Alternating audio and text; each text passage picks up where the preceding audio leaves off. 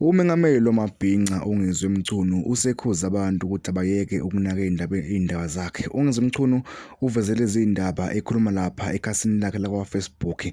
uNgizwe Mchunu uthi abantu abayeke ukumgxeka kungani yena umuntu engayezeli yena endaweni yesigameko uma efuna ukuthi naye enze okwakhe. Naloyo ukhuluma kakhulu, nansi ividiyo la khona uNgizwe Mchunu eyikhulumela. Kuyobaluleka-ke futhi ukuthi nabantu abafana noMbeje, nabantu abafana nalabo abahlaziya abayimele abakhuluma kuze kuvela amankanka lapha uzoso mfowethu ukuthi ngisiyanicela ukunibona emkhosini womhlanga. Musani ukusihlaziya ngisho lani namathuba okuba khona kodwa singaniboni.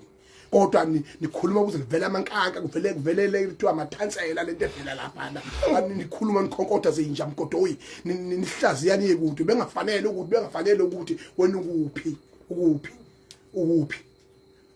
Ziyaqhubeka iy'ndaba ngane zakwethu njengoba uNgizwe Mchunu uphinde wancoma laphana inyanga uDr 3second wathi iyisibonelo ebantwini abaningi umsebenzi wawo omuhle ewenzayo njengoba nje ibikade ibhesheya. Ngaleyo ukukhuluma kakhulu nakho la uNgizwe Mchunu khona encoma khona inyanga u3second. Ngiphinde futhi ngibongele u3second. 3second mfowethu I don't wanna lie. Lento yenzile mfowethu noma uyenza ama jokes kwesinye isikhathi kodwa isiphiwo naso. 3second umuntu okhululekile futhi umuntu omnene oyigadile ongatholakala exambuza kutholakala seyikweleta abantu seqamba amanga extreme awunawo amanga lawa adlulele unamanga lawa adlekayo yabo. 3second ngiyakuncoma ke mfowethu lento yokuhamba.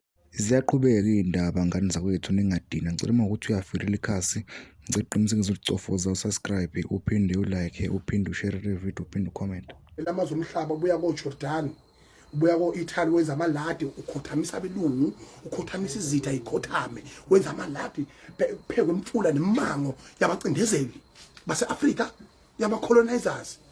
That is the greatest. Zinjalo nje iy'ndaba ngane zakwethu, kanti-ke sengiphetha nje futhi umengameli Mabhinca uNgizwe Mchunu uphinde wancoma inyanga uKing Bhaka ukuthi kuhle ukuhlaziya kwayo, wabe futhi eseyikhuza ukuthi mayiyeke ukuhlaziya nezinto ezingenasidingo ey'thinta umsebenzi wawo lowo nyanga. Kuzokhumuleka ngane zakwethu ukuthi uKing Bhaka lezi nsuku matasa uhlaziya iy'ndaba zenyanga yakwamhlabalingana u2+2. Nansi la ividiyo futhi. Bhaka uhlaziya kahle.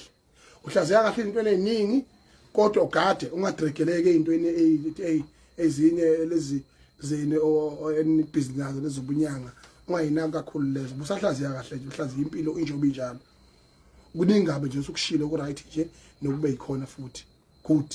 You are putting the direction country in the right direction.